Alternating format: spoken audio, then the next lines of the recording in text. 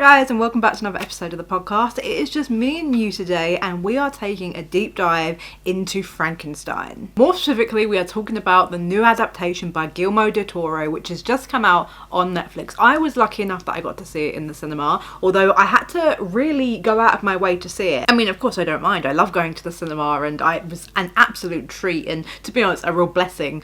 I was really grateful to be able to see it in the cinema because I thought that was the way this should be watched. This film was so beautiful. I'm glad I got to see it on the big screen, but that is one of my criticisms of the film, which we will come into some of my criticisms later on in the video. But before we get to that, I do have so many good things to say about this film. I have not been able to stop, first of all, watching it since it dropped on Netflix. I've watched it 3 times this weekend. I've not been able to stop thinking about it. I can't stop talking about it. I can't stop watching fan cams of like Ethel Cain and the creature and Elizabeth. So I just thought this week we need to sit down, get into this film and just unpack it together. But more specifically, we're going to be talking about the story of Frankenstein itself, a little bit about Mary Shelley, my experience of actually studying the book, and it is one of my favourite books. It was one of the books that I was able to study twice as a student, and it is one of my favourite books, so was really nervous about its adaptation, but I am as a whole really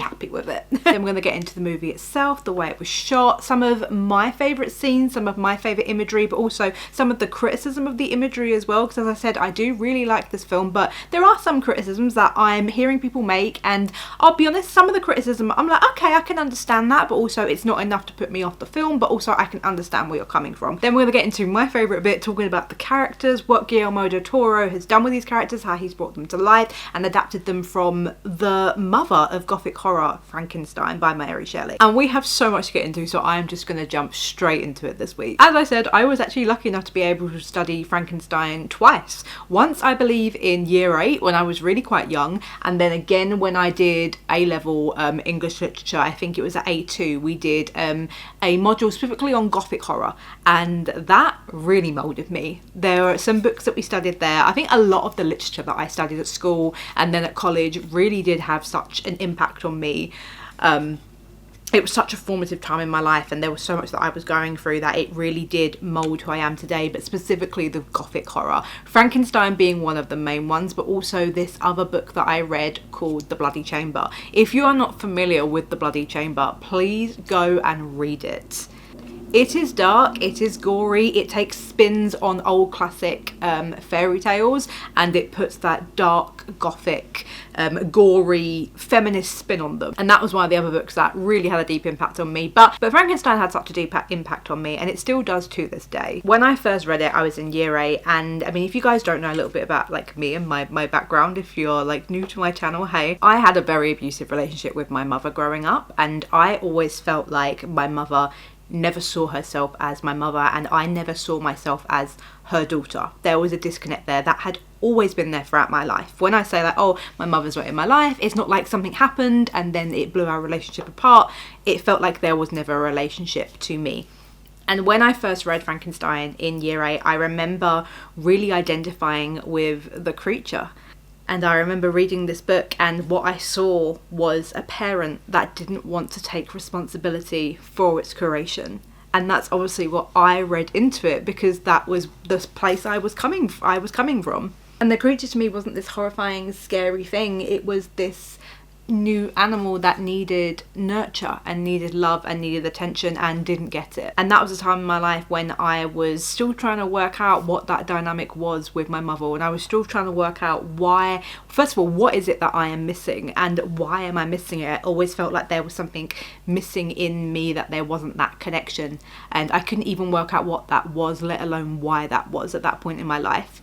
And then when I came to study it at A-level, A2, I was at a very different point in my life. I was a bit older then. It would have been like, what, 5 or 6 years onwards. I was maybe around 17, maybe just about to turn 18, and I was full of rage. I was really angry. By this point, I had disowned my mother. I had decided to I didn't want her in my life, and I wasn't seeing her anymore or speaking to her, and I was just full of rage, and I identified with that more rageful part of the creature. So it's always been a story that has been very close to my heart, and I really feel like Guillermo del Toro's adaptation really looks at it from the perspective that I felt like I read it from as a child and as a teenager, which is probably why I love it so much. So some of my review and some of my thoughts around this film are going to be biased because it's so deeply personal to me. But I don't think that discredits anything that I'm saying. I think everything that I'm saying and my thoughts and my feelings are still very valid, but they just come from such a deeply personal place with this story. And I remember when I first read the book, when I second read the book, when the third time I read the book, I remember thinking, how did a teenage girl write this? Mary Shelley wrote this when she was, 18, 19 years old. And I remember thinking, how could a 19-year-old girl write this? And now that I am older, now that I am nearly a 30-year-old woman, I look back at this story, I read this book, I watch this film, and I think this is a story that could only have been written by a 19-year-old girl. It is so, when I think about the Gothic horror genre, in both film and in both literature as well, I think it is so deeply inquisitive of the human spirit and of human nature. I think it is filled with such disgust and horror and blood that it could only have been birthed from the mind of a 19-year-old girl. Because that is exactly what she did with this novel. She birthed the Gothic horror and the sci-fi genre with this novel. And I know that I will be largely talking about the film itself today, but I just don't want to lose that essence of the film, because I've seen so many people say that this film is, it's about men and it's about the male experience and it's about male violence, and I'm like, yes, that is a part of it, and I think one of the themes of the novel is about the cycle of violence, and particularly the cycle of violence that men inflict on each other. But it just deeply annoys me how horror is seen almost as this innately male thing when it is so intrinsically linked to the female experience. I think there is a reason why women identify with monsters, with the creature specifically. I think there is a reason why women so deeply identify with those characters. It's because they see a part of themselves within it.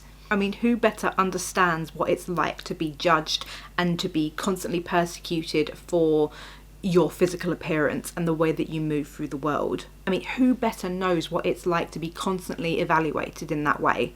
Women know that. Women live that every day. And I think when women look to monsters and characters like the creature, I think they see that hideous part of themselves, and it is a bit like a mirror that is held up to them. But I want to talk about the movie first, and then I want to get into the relationship with women and Gothic horror, and some of my predictions and wants for the future of Gothic horror, because we are about to go through, if we are not already in, a Gothic horror renaissance. But let's get back to the movie very quickly. Now, one of the criticisms that I've seen people make of the film is that it's not faithful to the book. And as someone who loves this book, who has studied this book, who really deeply connects with the story, I personally, and this is just my personal opinion, I don't think an adaptation of a literary piece of work has to be completely faithful when it's made into film or TV.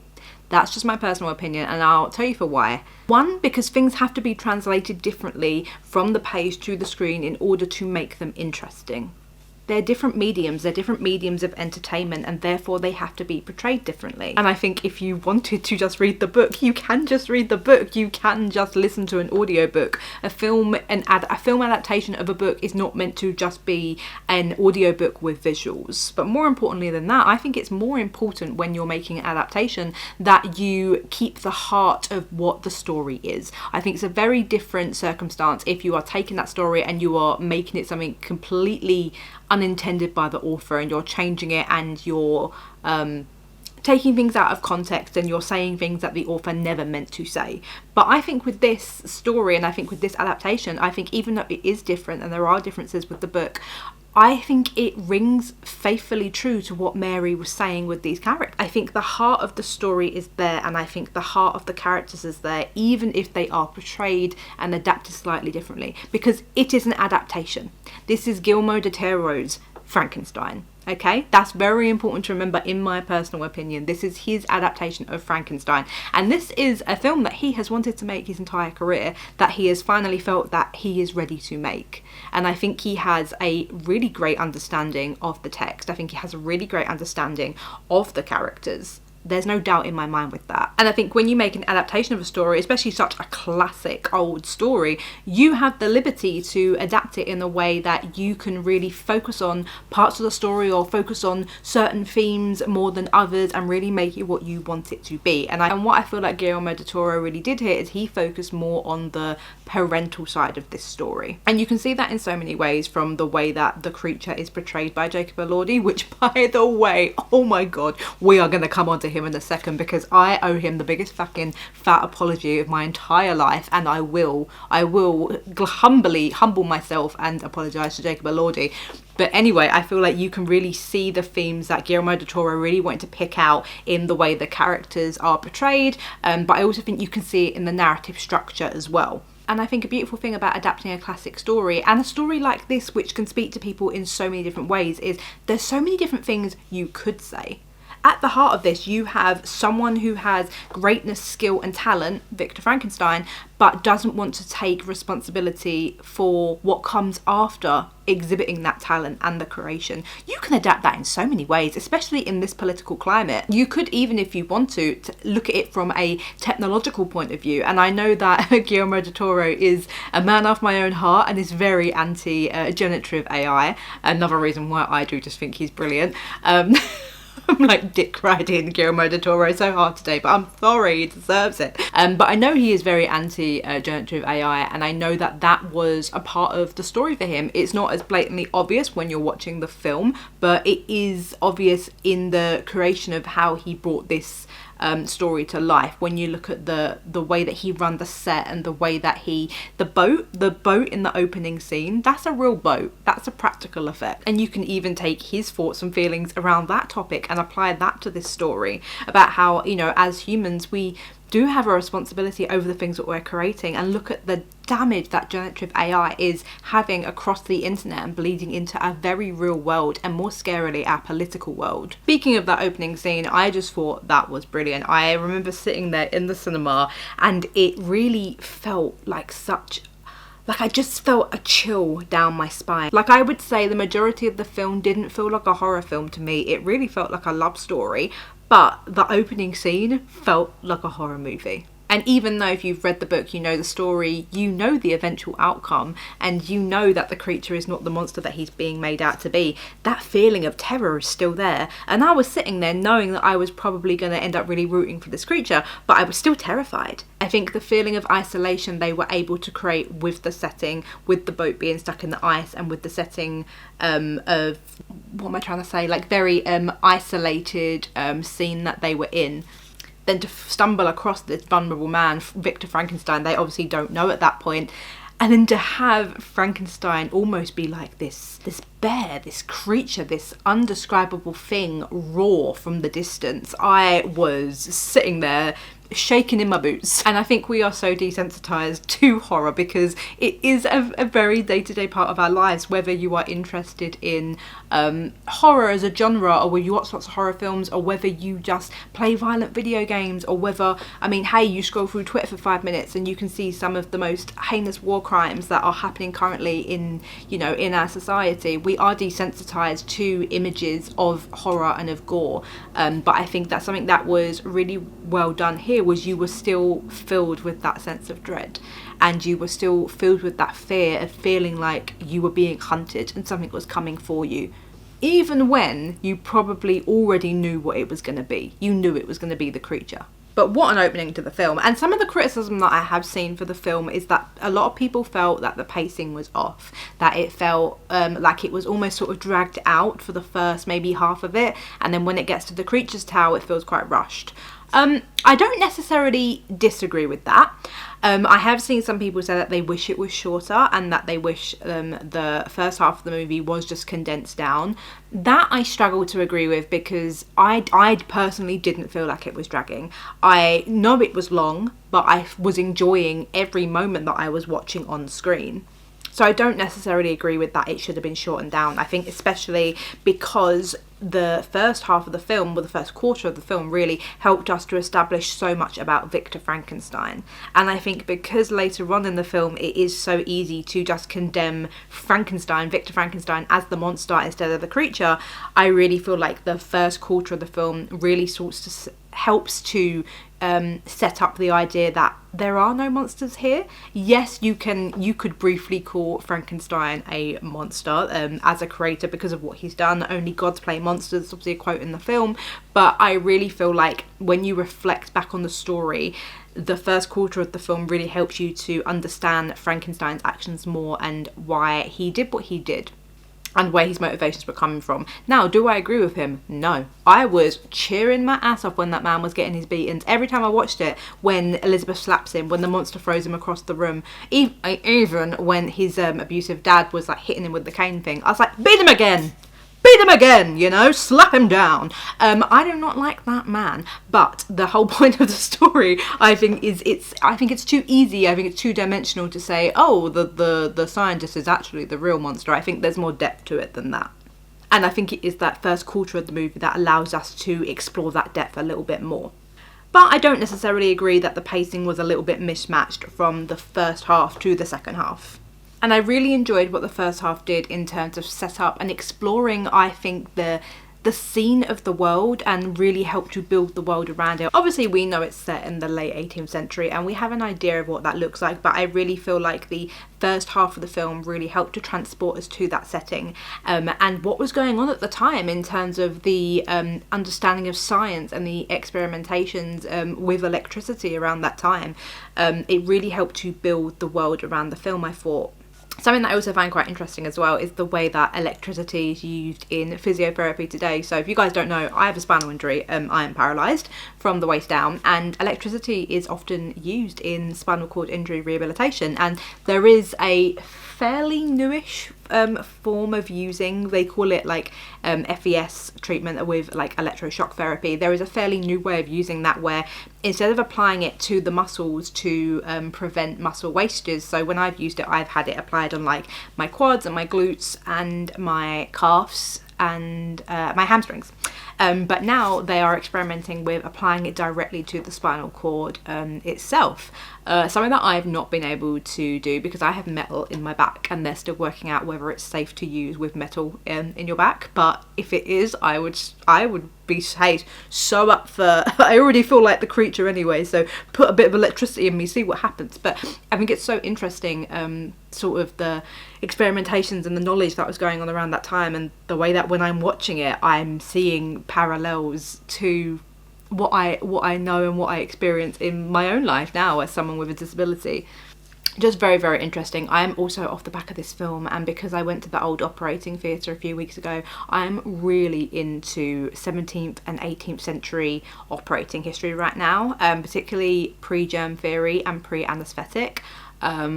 That's going to be my fixation of the winter. I am so interested in it. Something that I found out the other day was actually when anaesthetic became more used and when it was more introduced to surgeries, the mortality rate for surgeries actually briefly went up. And I gotta say, it was already very fucking high. It briefly went up because now that doctors, surgeons had these patients which weren't having to be held down by 4 or 5 men, when they weren't writhing and screaming in pain and bleeding out underneath them, literally directly while they're trying to work on them, the doctors got more experimental and the surgeons started to poke around a bit more. You got to remember, this is a time where, and we saw this in the film, where Victor Frankenstein was having to go to the men being the hanged men in order to get his parts, and then he was having to go to the battlefield. This is a time when experimentation wasn't easy and people were still struggling to get hold of bodies to learn the knowledge that is so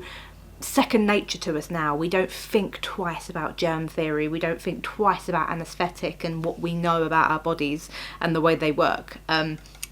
But yeah, as I was saying, the mortality rate briefly went up when anaesthetic started to be introduced because surgeons started to get a little experimental, and they would start to poke around a little bit more, and they would start to do things that maybe they shouldn't have been doing or that wasn't in the initial plan, and patients would die underneath them. And I think it's really interesting. I found that fact out, and then I can see that kind of godlike a thirst for knowledge and that almost entitlement to knowledge. You can see that reflected from the fact I've just told you in Frankenstein, and the way that Victor Frankenstein almost feels entitled to this experimentation, no matter the cost and no matter the consequence. But yeah, the story might be fictional, but a lot of the themes are reflected not only in a society back then, but a society now as well. Let's jump in to talk about the characters then, because I feel like so much of what I want to say is embedded in these characters. Let's start with Victor Frankenstein, obviously namesake of the movie and of the novel.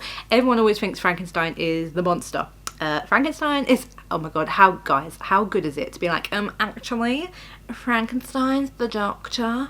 It makes me feel like the fucking dog's bollocks every time. So we have Victor Frankenstein here, played by Oscar Isaac. I thought he was brilliant. I really, really did. I know Guillermo Del Toro, he says that he casts a lot based on the eyes and what that actor can portray through the eyes. And we're going to talk about Jacob in a bit, who I think is the clearest example of this. But I really felt like you could see it in Oscar Isaac's performance as well. There were times when I was watching his eyes in the movie, and he had such a rage, such an entitlement to this rage as well. And sometimes it could be quite scary that you had this man in front of you who clearly had this talent and the skill and this pursuit for knowledge, but the way that he was pursuing it with such entitlement, you could see that just in his eyes. And in some ways it also came off quite comedic as well, like particularly the scene in the confession box really made me laugh.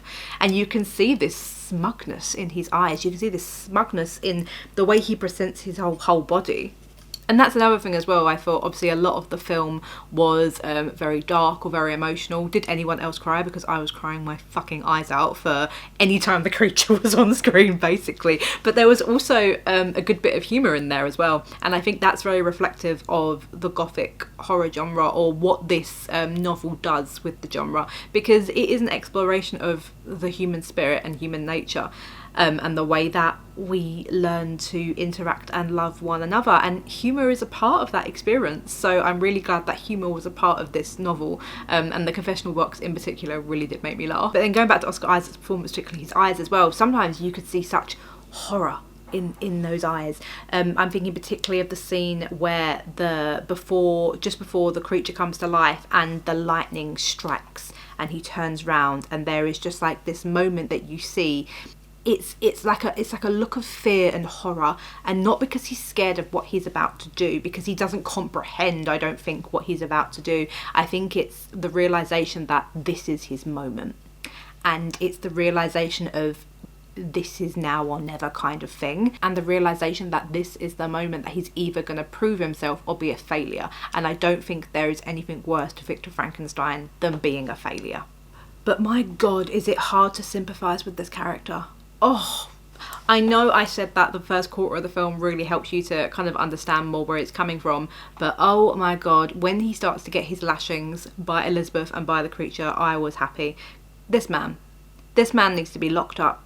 And I know I've spoken quite a bit about the first quarter of the movie, but I actually really did enjoy it. And I thought, as brilliant as Oscar Isaac is, I thought younger Frankenstein was also brilliant. I thought he was fantastic. And I think it was really integral to the themes of the movie and what Guillermo Del Toro had done with the story, to be able to see younger Frankenstein and to see him go from being this naive, innocent and very vulnerable child who suffered an immense loss, who suffered his mother, who really was a rib. His rib. Like, his mother was everything to him.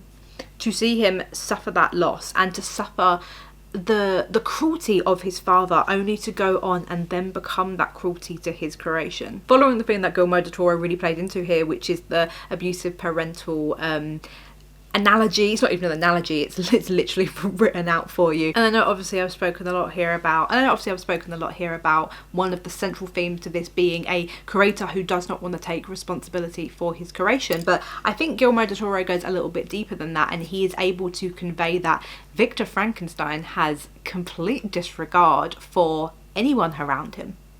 And it's done in very obvious ways, like in the way that when he goes to the hanging, and he has the men in front of him who are about to be hanged. They're about to lose their lives. And he looks at them. He's inspecting them because he's inspecting their bodies like he is looking at cars in a showroom. And it's not enough that he's dehumanizing them in that way, in a moment which is undoubtedly the most terrifying moment of their life, before they're about to before they're about to die, before they're about to be hanged in a very publicly humiliating way, he has the cheek to examine them and to open them, and he gets the guy to open his mouth, and he has the cheek to say to him, "You're lucky you're being hanged, you'll be dead within a year." Now you could argue that this was just the casualness of death around that time, and the way that people were just more casually approaching death.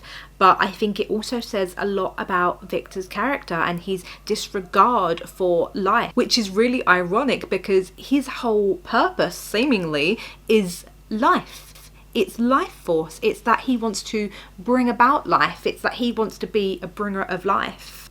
But it's just so ironic, and I think shows you how self-absorbed and self-serving his motivations are, because whenever he gets the chance to interact with life, he doesn't treat it with respect. He doesn't treat the men who are about to be hanged with respect. He doesn't treat the bodies on the battlefield that he essentially steals with respect. And it's also very subtly interwoven in about how his family wealth is from slavery. He says about how they lost a lot of their wealth, lost a lot of their money, but kept the estate because there was a revolt on one of his mother's plantations. Now, Mary Shelley herself was actually pro-anti-abolishment, and her husband, Percy Shelley, was also actually boycotting sugar products and was boycotting sugar. Because obviously sugar and what would go on to be that whole industry is a product of slavery. And it was only a little casual line in the film, like, if you rustle your popcorn too loud, you would have missed it. But this is why you've got to watch things multiple times, guys, because it's in there, and it's a very good subtle way of building this I would say, like, a pattern of behaviour for Victor, that he just has a complete disregard for life. You see it in the obvious way of the fact that he creates this creature and then goes, "Oh, fuck it can't talk." But you also see it in subtle ways like that. Something else that I thought was very interesting as well is later on in the movie, I think it's while he is creating the creature, while he's creating Adam, which, by the way, I don't like calling him the creature. I want to call him Adam. So if I call him Adam, that's who I'm talking about. But I also noticed later on in the movie, I think it's where Victor is creating Adam, where he's creating the creature, he still has that little ivory figurine, and he was playing with that while being assessed by his father on his knowledge, his anatomical knowledge, and I think it's really clever how I think Guillermo Del Toro really set up this link in Victor Frankenstein's mind of this ivory figurine to his mother. I think in a practical sense, of the fact that this is a figurine that it was pregnant, the figurine was with child, and obviously the mother died in childbirth, which is a change from the book, by the way. In the book, she died from scarlet fever, and I think that's a change that I actually liked, because I really think it helps to build up Victor Frankenstein's character and where a lot of his mummy issues, where a lot of his struggles in that way come from. And he's still holding on to this figurine while he's creating this creature, something that he's clearly held on to since he was a child. He's clearly put a lot of value in this figurine. There's something sentimental about it. And I do think it's really interesting that even though his mother's death is clearly the catalyst for him taking an interest in life and death and immortality, and wanting to be able to cure death, almost, you could say, quite bluntly, he doesn't choose to bring his mother back directly, and he doesn't choose to bring a woman back, and I think that is very interesting. And you could argue loads of different sides for this choice. I personally think it is just another indicator that it's not actually about bringing his mother back in that way and filling that hole. I think it is more about proving himself to his father, outwitting his father, and fulfilling his promise that he will be a better surgeon and he will understand life and death and science more than his father ever did. Speaking of his mother real quick, and we will go on to talk about the cinematography and the way it's shot, the good and the bad sides of it, and some of the complaints that people have had in a second, but I just need to bring up that funeral scene because that is one of my favourite shots in cinema this year. I thought it was absolutely beautiful. This ivory white frisk coffin with the mother's pale face surrounded by this red, almost like hood, like red roses. It was just so stunning.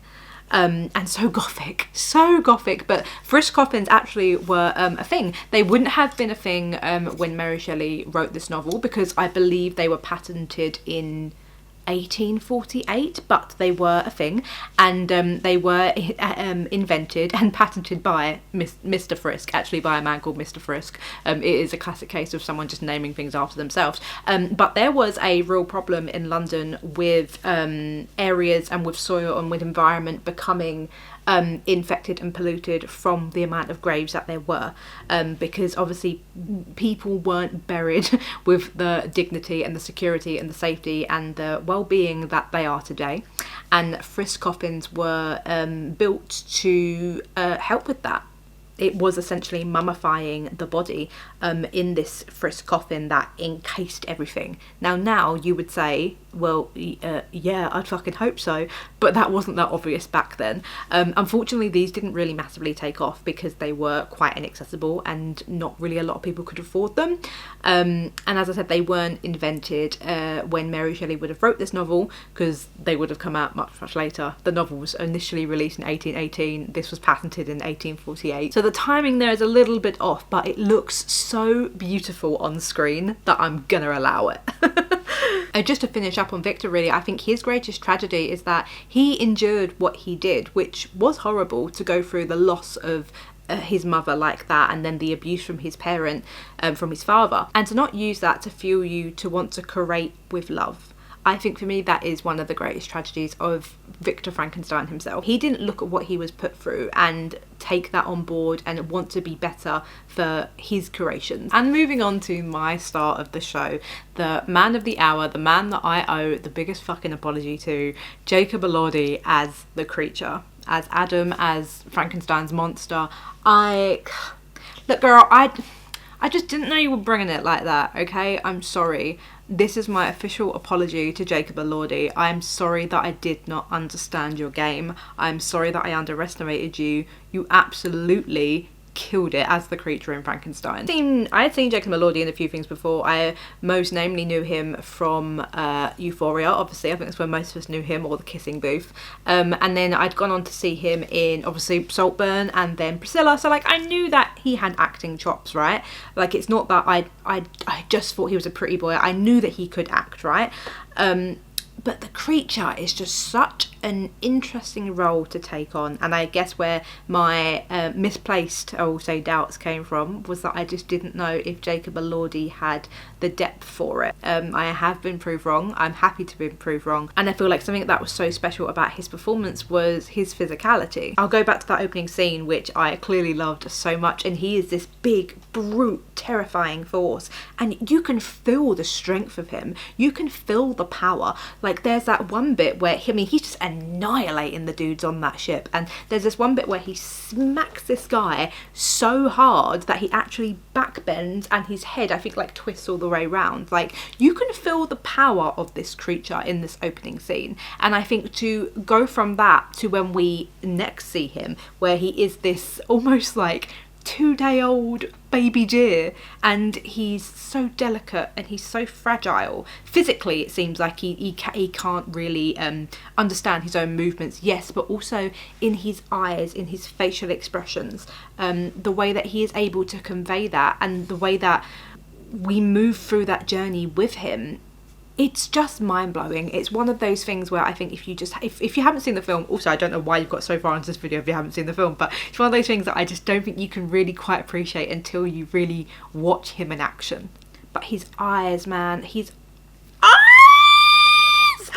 He's just, what he is able to convey through a largely non-verbal performance is phenomenal. And you can really see that fear, that confusion, and that longing for Victor, and that longing to just be held and understood, and have to have someone explain to him not just where he is and what's going on, but who he is. You can really see it all through the eyes. When he is first created, he is just such a gentle being. He's such a gentle being with such tenderness, even though you can see that he can tower above Victor, and he really does have the capacity for such strength. He's got so much tenderness about him, such an openness to try and understand the world around him, and he really does try. I mean, he picked up Victor's name so quickly, and as Elizabeth goes on to say, it is the one word in the world that really means everything to him. But then so quickly Victor loses patience with him. He has no patience. He has no patience and no, as we've said, responsibility.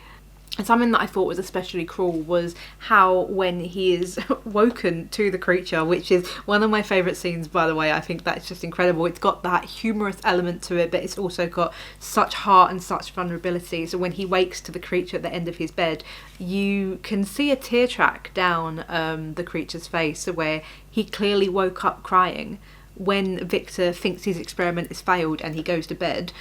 Which, by the way, is me finishing work every day. Logging out, I'm going to bed, no one fucking talk to me.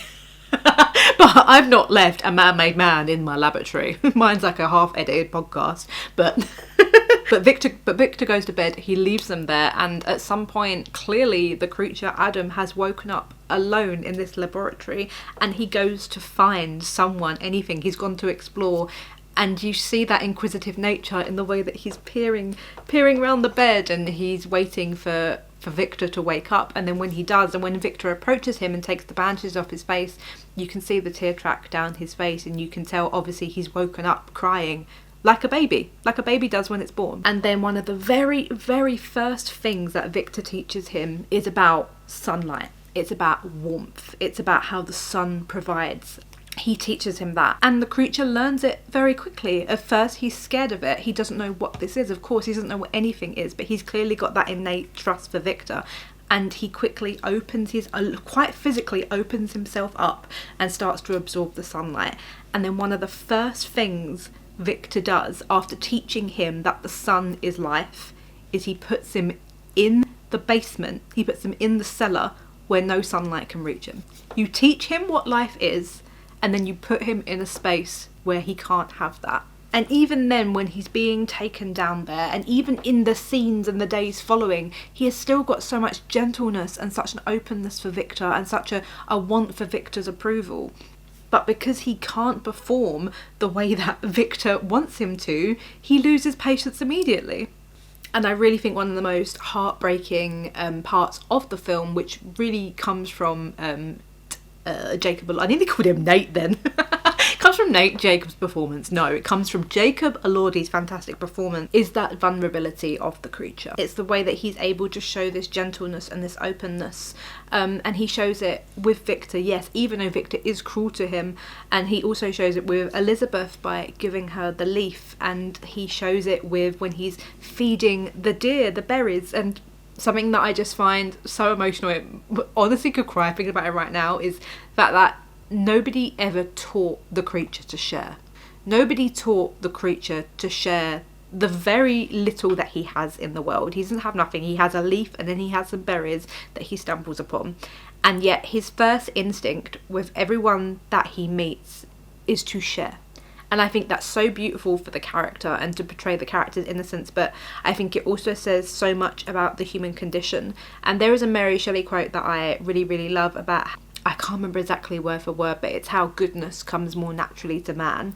And I think they were able to show this through the creature's gentleness and through his generosity. And it's just so heartbreaking that every time that he did have this innate urge to share, it was thrown back in his face. He tries to share this curiosity and this attention with Victor. He gets chained up in the cellar. He shares his leaf with Elizabeth. She gets taken away from him, and his father tries to blow him up. He shares his berries with the deer, and the deer gets shot in the face, and then he gets shot in the chest. And this is a creature, this is a creation that was not born of love. It was not born from the love of two people in the way that we kind of understand wanting to have children, for the most part anyway today. This is a creature that was born from someone's ego, and yet he has still got so much pureness and so much love within him. And it is heartbreaking throughout the film to see him chase this in everyone that he meets, every creature that he meets, whether it's an animal or a person, whether it's male or female.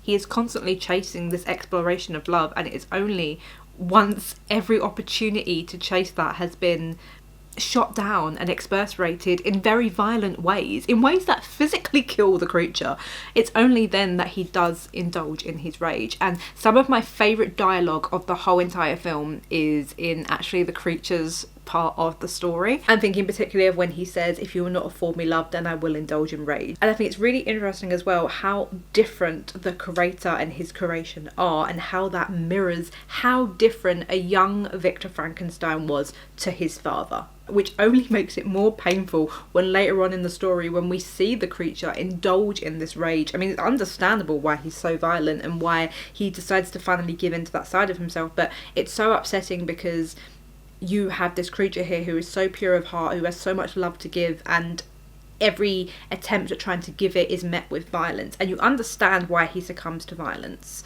but it's upsetting to see someone go through that, which is why I personally really love the ending of the film. I know it's got mixed reviews, mixed opinions, and it does differ from the book. In the book, the creature and Frankenstein don't have a final conversation, but I do enjoy this ending, and I think he could have gone down the route of the cycle of abuse not ending, but I also think it was a brave and wholesome choice to end the cycle of abuse and to have the creature forgive his creator. And it makes sense on two levels. One, in the narrative of the story, because the creature learnt about forgiveness while he was with the blind man in the forest, and the man, without knowing his circumstances, pretty much tells him what he has to do, and he tells him about forgiveness. He teaches him about forgiveness, and the fact that that's actually what he goes on to do shows you that if he had just had someone guide him and teach him about these things and teach him how to manage these emotions and how to navigate the world, then all of trauma and this gore and this violence didn't need to happen. And it also makes sense from the filmmaker's part of view. Obviously, Guillermo Del Toro being Mexican, he's spoken a lot behind the scenes of the films and interviews about how this really is a Catholic Mexican melodrama, which, I mean, by the way, being raised Catholic myself, going to Catholic school, I first read this novel in Catholic school, and so much of the imagery of what you see when you think of this story is so deeply Catholic. It's really, really satisfying to me that Guillermo del Toro was able to bring this forward. Like, even like one of the most powerful shots in the film for me is when the creature is boarded up to be brought to life, and when the lightning strikes and he's almost on this crucifix. I mean, it's heavy-handed, yes, but does it look stunning and does it give me everything I need? Yes, absolutely. But Guillermo del Toro talks a lot about this being, for him anyway, a Mexican melodrama, and how forgiveness is such a big part of that, and he's spoken a lot about father-son dynamics in his experience and in these communities, and it's such a big part of this story, and I really love that he was able to bring his own experience and the experience of Oscar Isaac as well, although I know he's not Mexican, I think he's from Guatemala. But yeah, there was conversations that they had around making this film, and they were able to bring it into the film itself. Speaking about the Catholic imagery and themes within this film, forgiveness is a huge part of Catholicism. So is shame and guilt. God, anyone who's Catholic will know.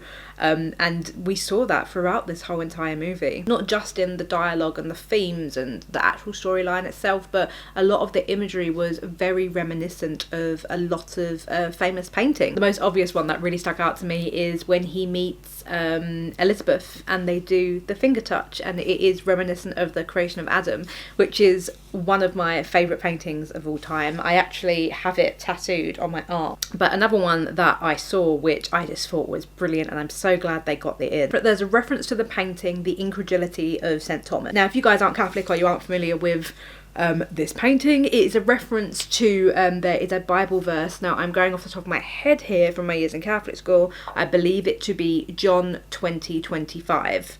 Please correct me if I am wrong. Also, 2025, the year we're in. But in this verse in the Bible, St. Thomas is doubting that Jesus has actually come back to life, that Jesus has been resurrected. Now, St. Thomas is a believer in Christ, but he finds it so hard to fathom that Christ has resurrected. And there is a quote, the quote from the Bible is something along the lines of, "Until I see the nails in his hands and put my fingers into the wound on his side, I will not believe." And that is depicted in this painting, where you have St. Thomas putting his fingers into the side wound of Christ. And they depicted this in the movie with Elizabeth and the creature, where she is expecting his body. She sees him for the first time and she puts her two fingers into his side, and he has a matching wound to that what of Christ would have had on the crucifix, which is also, by the way, where we get the saying being a doubting Thomas. Have you ever said that to someone, like, oh, you're being a doubting Thomas, or someone's accused you of being a doubting Thomas? That's where that comes from. A doubting St. Thomas. A doubting St. Thomas. But I love that they got this reference in, and I love that they used Elizabeth as the doubting Thomas. Because the important thing about St. Thomas is that he was a believer in Christ. It's not that he didn't believe in Christ, it's just that it was so hard for him to fathom Christ resurrecting in front of him. And that's why I think it was really important that it was Elizabeth who was depicting this painting here, because she wanted to believe. She says at the end of the movie that she had sought and longed for something like the creature, something that's very Christ-like. She had searched for that and longed for that her whole entire life, and she didn't find that until she found the creature. By having her almost recreate and depict this painting, it's almost like she can't believe the pureness that is in front of her. The pureness of that is Christ. I just love art, man, and I love history, and I love well, I was gonna say I love Catholicism. That's not entirely true, but I just love Gothic horror for all of these themes and reference and these emotions,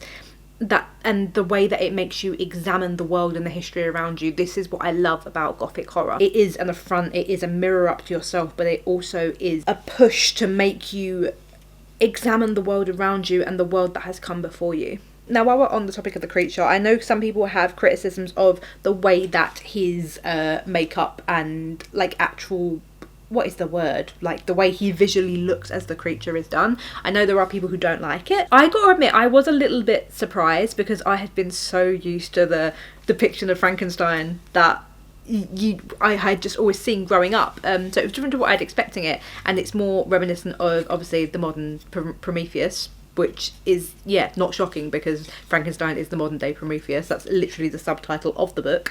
I don't hate it, guys. I've got to say, I don't hate it. It was a bit of a shock, but I think once you get into the film, yeah, it kind of feels right, and I love that he looks more human. I think it makes sense for this specific adaptation, because he is more human in this adaptation, and he's learning to be more human. There's something about him that you know is not right. Like, you're aware that this is somewhat of a monster. This man was not made in the natural way that humans are.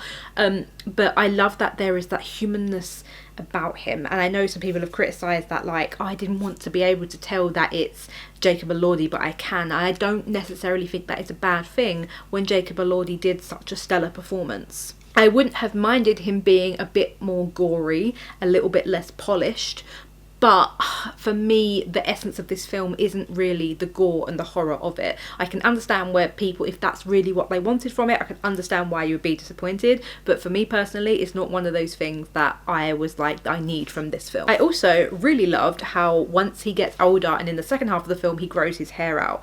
I really love this, because I personally interpreted it as a bit of a rebellion from Victor, who was shaving his head. I think Victor was shaving his head because personally, I interpreted this as Victor being worried about him starting to become too much like him, and that he was going to start to look like his image, which really plays further into the theme of this being an abusive parental and child relationship. Because, I mean, anyone who has abusive parents or parent will know, I think a large part of where that abuse comes from is that having a child is a mirror up to yourself. And it's maybe the first time that you've had that mirror held up to you, and I think it hurts. I think it enrages that of a narcissist to see themselves in something other than them. And I think that would have enraged Victor, and that's why I think he was shaving Frankenstein's head. And being the goth punk little kid that he is, he grew his hair out. And I love that as the film goes on, the creature starts to become somewhat more human. He can talk more, he can communicate more. He's got clothes on, he's no longer naked and bare running around the forest. He's got hair, he's starting to pass and more for human. Whereas towards the end of the film, Victor is becoming more and more animal-like. And I think I heard Guillermo Del Toro, or maybe it was Oscar Isaac, talking about this, about how in the sort of hunt and chase scene, Victor is almost bear-like. He's animalistic. And I think even though at this point the creature really has succumbed to his rage and is really exploring these nasty, messy parts of himself, we really see it physically in Victor that the creature has been able to bring out these parts of himself which he has tried to suppress and which he has tried to hide behind the pleasantries of his status and how he moves through the world. And I really feel like when we get to this part in the movie where he's wearing more furs and he's rugged and he's got all of this hair and this beard and he's running through the snow and the storm and he's hunting the creature, we really see this animalistic side to him, and it's like, there it is. It's what's been there all along, and it's finally come out. There's no facade anymore. This is who you are. And one of my favourite dialogues, I know I said a lot of my favourite dialogue is from that half of the film, and one of my favourite parts is, what is the quote? "You gave me life unwanted, I gave it back to you. You fought me a monster, now I repay the favour. I will make you bleed, I will make you humble. You may be my creator, but from this day forth, I will be your master." I'm sorry, I know I've been paralysed nearly 8 years, but I nearly stood up and applauded in the damn cinema. It's so angry and it's so full of rage and it's so beautiful, which the beauty in the words that the creature uses makes so much sense when you figure and when you learn that he has learned to speak and communicate through books, through literature. With that man in the forest, with the blind man, he learned to really speak and communicate through the books that he had given him, through what he had taught him. And I can't help but think how shocking that must have been for Victor, who rejected this child, rejected his creation, and he threw him out because he couldn't converse in the way that he deemed intelligent.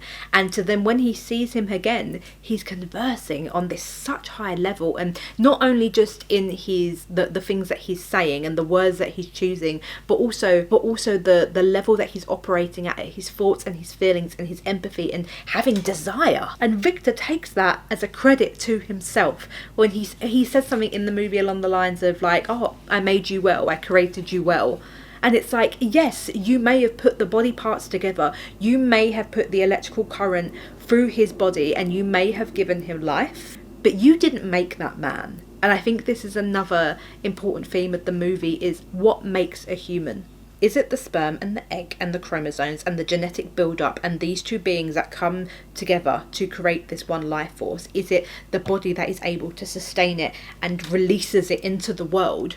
Or is it the events that follow after that? Because here with the creature, you can see inspirations and elements of how he's acted with every single other character in this film. I could talk about the creature all day. I could talk about Jacob Elordi as the creature all day, but I feel like this episode is going to be so damn long. So I'm going to move on briefly to Elizabeth. Well, Elizabeth / Claire, because Mia Goth did a fantastic job of portraying both characters in this story. And I thought it was a stroke of genius from Guillermo Del Toro to have Mia Goth play both of these characters. Because one, we got to see her range, and I thought she was fantastic. I've known for a while that she is our horror queen. But she really was incredible. I actually, at first, wasn't sure if it was her. I had heard rumours going into the film that she was playing both characters, but then when I saw Claire, Victor's mother, I was like, no, that's not Mia Goth. I just didn't recognise her. I think because, first of all, the eyebrows, they gave her eyebrows and she looked completely different. But also they had the veil covering her face, which is another one of my favourite shots throughout the movie, where they're standing on the steps and she has this beautiful red gown on, and you've got the red veil blowing so beautifully in the air that it looks like a stream of blood, which I think, one, just suits Gothic horror so much, but two, is quite foreboding of her end. Obviously, we didn't get to see very much of Claire, but we did get to see, the whole movie is kind of her influence on Victor. This is also where I've seen some of my friends also criticising the movie as well. Particularly, they use this shot as an example because they said it's a beautiful shot, but why is it so light? There's too much sunlight for a Gothic horror movie. And it's another one of those examples of, I understand what they're saying, and yeah, I think the film could have been colour graded to be slightly more grimy. I've heard a lot of people say that it should have been filmed on film, and it shouldn't have been filmed digitally. Look, would that have been incredible? Yes. But is it such a big gripe that I have with the movie? Is it something that I really needed and prioritised from watching this film? No. My heart is more in the tale and the story and the characters, and it was more important for me that that was nailed rather than those other elements to it. Whereas I completely understand for some other people that's really important and that is a priority for them with watching movies. That's something they really want from it, especially from a Gothic horror tale. So I think that's why cinema is just so beautiful, because people want different things from it, and people love and hate different things about different films. You might be watching this thinking, this film was dog shit, I didn't like this film, and then there's me talking about it like it's the best thing ever. So yeah, I can understand where people are coming from, but also it wasn't like a priority for me that put me off the movie. But going back to Mia Goth, her incredible performance, obviously we just spoke about her as Claire, she is also Elizabeth. And as I said, I thought it was a stroke of genius that he had her play both roles, was also gonna have her play the bride of Frankenstein, which we kind of got to explore that dynamic at the end of the movie, but I think they cut it down because the screen time was just getting way too long. It was already 2.5 hours. Would I have been fine with a 3.5 hour film? Yeah, absolutely. Throw it at me, baby. But I understand why they've cut it down. But I feel like with getting Mia Goth to play both roles, both Claire and Elizabeth, you really get to see just how much Victor is just looking for his mother, and he shows admiration, this lust, because it's not, I wouldn't say love, it's not love and not respect, not in the way that it should be anyway, towards Elizabeth, because she is reminiscent of his mother. That is why. Everything for Victor is about that woman, his mother, and the moment of her death. Everything that came after is about the tragedy of that moment. And I really, really love how Elizabeth served as an almost just complete polar opposite to Victor. Obviously we have that in the creature as well, but what is really sad about the creature is how he goes on to become more like Victor. Now obviously that is resolved by the end, but Elizabeth is just the complete polar opposite, and I would argue that Elizabeth really is the real scientist. She has that inquisitive nature for the world around her and in her bugs and in her insects and the natural world, but she also has a love and respect for it that Victor does not. But Elizabeth is this pure figure who has this just innate interest. And I think it's absolutely not an accident that the first time we hear Elizabeth speak, she's actually criticising the war and arguing with Victor about ego and about ideas and about ambition, and then the creature then goes on to be made up of body parts from the men that Elizabeth was showing empathy and sympathy for. He is quite literally an embodiment of all of her worries and concerns and grief for the world around her, and that's why he is the thing that she has sought after for so long. I also think what they did with her costumes was really incredible as well. I haven't spoke too much about costumes, but I did like the costumes throughout. I really loved the pops of red throughout the movie, through the costumes and through the set as well. I particularly love Oscar Isaac's red gloves. I mean, it's very literal, but it literally looks like he's got blood on his hands. And I really loved how Elizabeth's clothing are more earth tones. They're more reflective of the bugs that she's interested in. And I really like, there's this one particular dress that she has where down the spine of her dress it's stitched to look like a physical spine, and it is a direct reflection of the creature's spine that you can see through his coat as well. I thought that was a really clever parallel with the costuming. I know there have been some criticisms about the lighting in the movie and it looking too bright, but one of the ways that I do really like how lighting was used throughout the film was particularly with Elizabeth, and particularly in that first meeting with her and the creature, and the way she kind of comes in almost as this very dark figure, because to him she's very shrouded, like she's got a veil on, she's got these gloves on, she's very covered up, but slowly layer by layer he unveils her, and she's got such light to her. She brings such warmth and such light to this dark dungeon that he has been put in, and he has been taught that the sun is life, that light is good, and then he was put in the cellar, and then Elizabeth comes along and slowly, by unveiling and getting to know her, she brings him this light. And I feel like there's a similar imagery in literally just before her death, spoiler alert, literally just before she gets shot, where when she bursts into the room in her wedding dress, which by the way I love the reference with the bandages up her arms, but she bursts in and obviously her dress is so white, but she literally just comes in as this shining light to this all like dark figure he is by that point. I mean, physically, yes, because he is wearing this big coat, he's got this long dark hair, but also can't even say that anymore, God, figuratively, but also figuratively as well, because he is at this point consumed by rage and consumed by darkness because of all he's been put through. And I love that they didn't actually kiss when they embraced each other, because it kind of really goes to show the vulgarity of what Victor was operating at, because when the creature asks for a companion, Victor's mind instantly goes to, so you want to mate, so you want to populate, do you, buddy?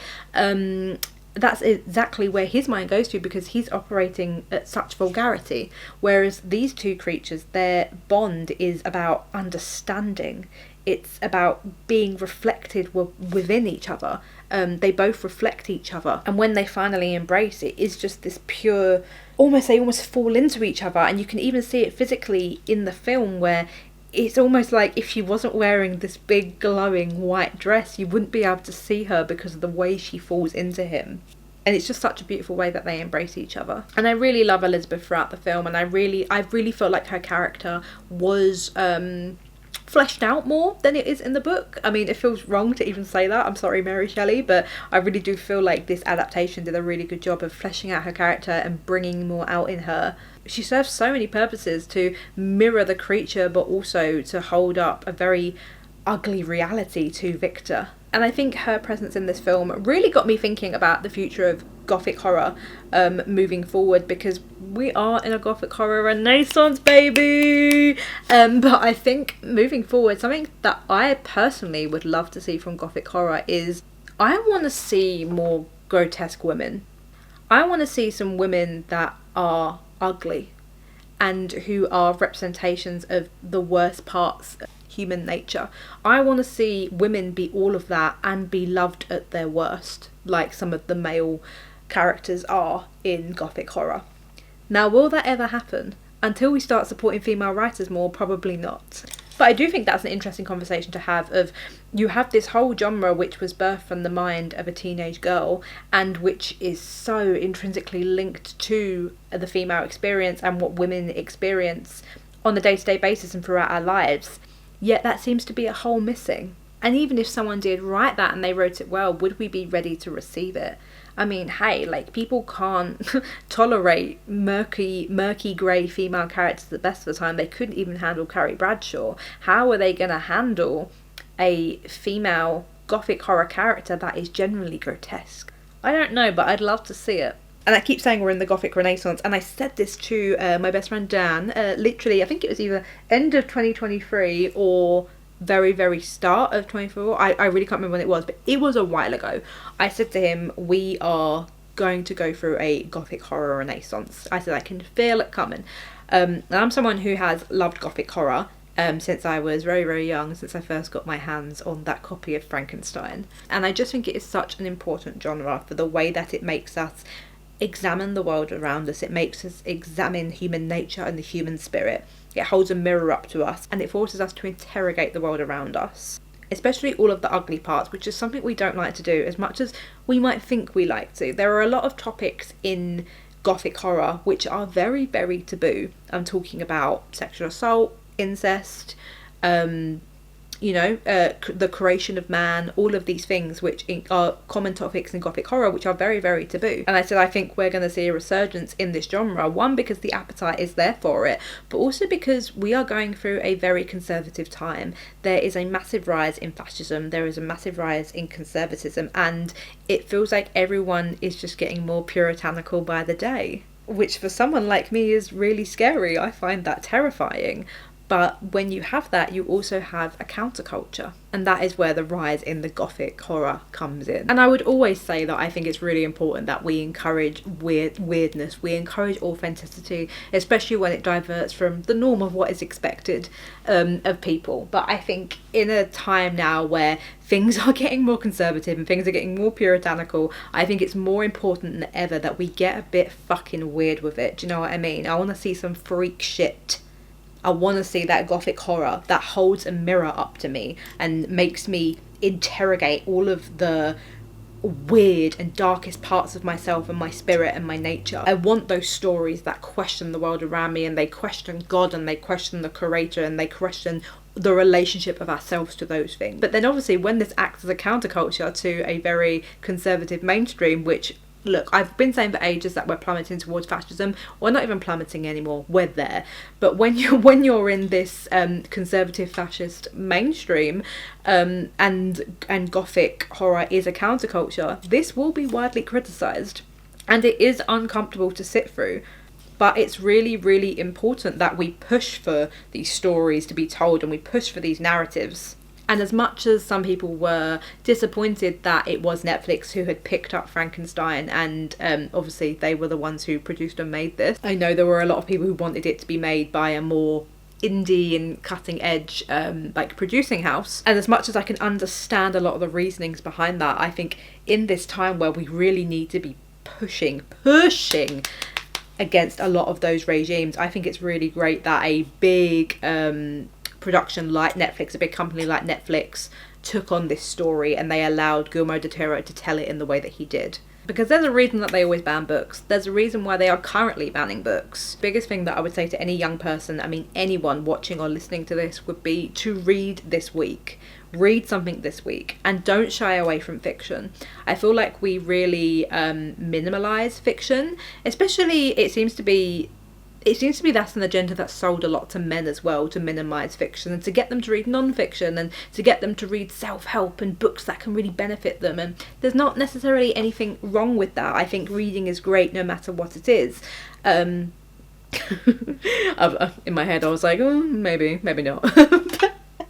I truly think reading can be great no matter what book it is, no matter what genre it is, whether it's fiction or non-fiction. But I do think there is a pattern of behaviour of where we minimalise fiction because it's not true, and because you can't learn from it in a way that you do from non-fiction. But I do think you learn from fiction. I really do. And I don't think it was an accident or coincidental that the creature learned about humanity through books, and largely through fiction books.